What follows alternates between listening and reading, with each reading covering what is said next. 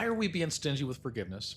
Why are we being stingy with the gospel as if somebody's got to deserve it or be sorry enough or whatever? I'm like, look, it was freely given to me. I will freely give it to everybody. And people are like, you shouldn't talk to people like that. I was in Mongolia last year and we were handing out Bibles and we walked by.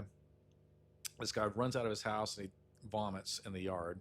And then somebody else comes out and our local person was like, yeah, we don't want to go to that house. Those are drug addicts and alcoholics there. Those are bad people. And You said, they're my people. I didn't even hesitate. I just walked right up and they're like, no, there's bad people. And I was like, yeah, why are we being stingy with the gospel? If anybody needs to hear the gospel, it's those people right there. And I just walked right up and I was like, you have to offer with both hands. There's reasons why.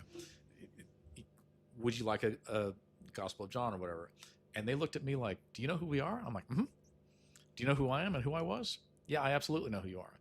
And one guy was like, I'm a shaman, blah, blah, blah. Who do you think you are? What are you doing here? And the other guy wanted to hear it. And I hugged him.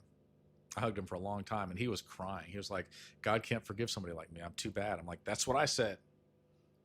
And he cried for a while and I hugged him for a while. And the other guy kicked him in the back off of his steps. Was like, get out of my house. You're not one of me anymore. You're done. I never want to see you again. And the guy walked down the street and left. It's a true story. True story.